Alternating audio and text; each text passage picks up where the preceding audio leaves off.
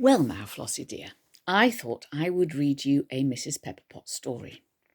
It's called The Ski Race. Mrs. Pepperpot had done a lot of things in her life, and most of them I've told you about already. But now I must tell you how she went ski racing one day last winter. Mr. Pepperpot had decided to go in for the annual local ski race. He had been a pretty good skier when he was young, so he said to Mrs. Pepperpot, "I don't see why I shouldn't have a go this year. I feel more fit than I have for many years." "That's right, husband, you do that," said Mrs. Pepperpot. "And if you win the cup, you'll get your favourite ginger cake when you come home." So Mrs. Pepperpot put his name down, and when the day came, Mr. Pepperpot put on his white anorak and blue cap with a bobble on the top and strings under his chin. He slung his skis over his shoulder and said that he would wax them when... Oh, hang on, Floss, sorry. I'm having a problem with the page. When he got to the starting point. There's a picture here.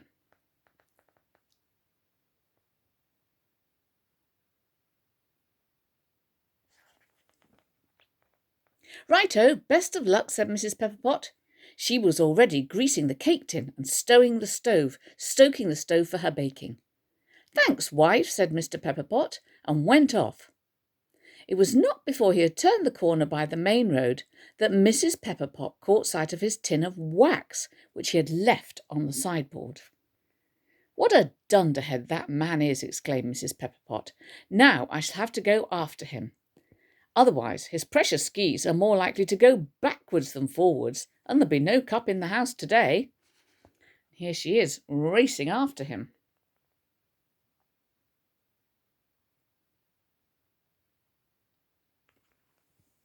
So Mrs. Pepperpot flung her shawl round her shoulders and trotted up the road as fast as she could go with the tin of wax.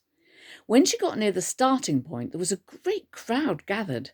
She dodged in and out to try and find her husband, but everyone seemed to be wearing white anoraks and blue caps. At last she saw a pair of sticks stuck in the snow with a blue cap hanging from the top. She could see the initials P.P. sewn in red thread inside. "That must be his cap," thought Mrs. Pepperpot. "Those are his initials, Peter Pepperpot. I sewed them on myself in red thread like that. I'll just drop the wax in the cap, then he'll find it when he comes to pick up the sticks." As she bent forward to put the wax in the cap, she accidentally knocked it off the stick, and at that moment she shrank so quickly that it was she who fell into the cap, while the tin of wax rolled into the snow. "No harm done," thought Mrs. Pepperpot. "When he comes along he'll see me in his cap. Then he can put me down somewhere out of the way of the race, and as soon as I grow large again I can go home." But a moment later a big hand reached down, snatched up the cap, and crammed it over his mop of thick hair.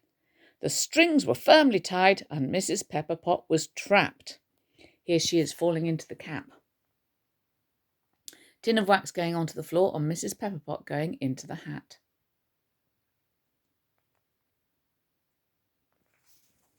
"Oh well," she thought, "I'd better not say anything before the race starts," for she knew Mr. Pepperpot hated to think anyone might get to know about her shrinking. "Number 46, she heard the starter shout. "On your mark, get set, go!" And number 46, with Mrs. Pepperpot in his hat, glided off to a smooth start. Somebody must have lent him the wax, she thought. There's nothing wrong with his skis. Anyway, then from under the cap she shouted, "Don't overdo it now, or you'll have no breath left for the spurt at the end." She could feel the skier slow up a little. "I suppose you know who's under your cap," she added. "You'd forgotten your wax, so I brought it along. Only I fell into your cap instead of the wax." Mrs. Pepperpot now felt the skier's head turn round to see if anyone was talking to him from behind. "It's me, you fool," said Mrs. Pepperpot. "I've shrunk again. You'll have to put me off by the lane to our house. You pass right by, remember." But the skier has stopped completely. Here's a picture of him. Number 46.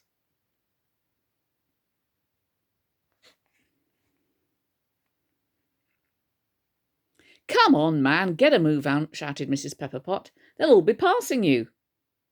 Is it true that you're the little old woman who shrinks to the size of a pepper pot?" "Of course you know that," laughed Mrs. Pepperpot. "Am I married to you? Is it my wife who shrinks?" "Yes, yes, but hurry now." "No," said the skier. "If that's how it is, I'm not going on with the race at all." "Rubbish!" shouted Mrs. Pepperpot. "You must go on. I put the cake in the oven before I left, and it'll be scorched, and then it'll be all your fault." But the skier didn't budge. "Maybe you'd like me to pop out of your cap and show myself to everybody. Any minute now I might go back to my full size. Then the cap will burst and the whole crowd will see who is married to a shrinking woman. Come on now, with any luck you may just do it, but there's no time to lose. Hurry."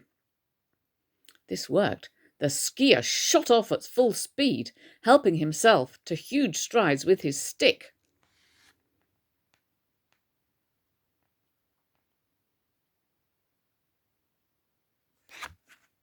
But then, when they came to the refreshment stall, Mrs. Pepperpot could smell the lovely hot soup, and she thought her husband deserved a break. "We're well up now," she called. "You could take a rest." The skier slowed down to a stop, and Mrs. Pepperpot could hear there were many people standing round him. "Well done," they said. "You're very well placed. But what are you looking so worried about? Surely you're not frightened of the last lap, are you?" No, nothing like that," said the skier. "It's this cap of mine. I'm dead scared of my cap." But people patted him on the back and told him not to worry. He had a good chance of winning. Under the cap, Mrs. Pepperpot was getting restless again. "That's enough of that," she called. "We'll have to get on now." The people who stood nearest heard the voice and wondered who spoke. The woman who ladled out the soup said, "Probably some loudspeaker." And Mrs. Pepperpot couldn't help laughing. Nearer the truth than you think, she thought. Then she called out again, "Come on, husband, put that spurt on and let's see if we can make it." And then the skis shot away again, leaping many yards each time the sticks struck into the snow. Very soon Mrs. Pepperpot could hear the sound of clapping and cheering. "What do we do now?" whispered the skier in a miserable voice. "Can you last another minute? Then I can throw the cap off under the fir trees just before we reach the finishing line." "Yes, that'll be all right," said Mrs. Pepperpot. And as the skis sped along the last slope, the strings were untied and the cap flew through the air, landing safely under the fir trees. When Mrs. Pepperpot had rolled over and over many times, she found herself growing big once more. So she got up, shook the snow off her skirt, and walked quietly home to her house. From the cheering in the distance, she was sure her husband had won the cup. The cake was only a little bit burnt on the top when she took it out of the oven, so she cut off the black part and gave it to the cat.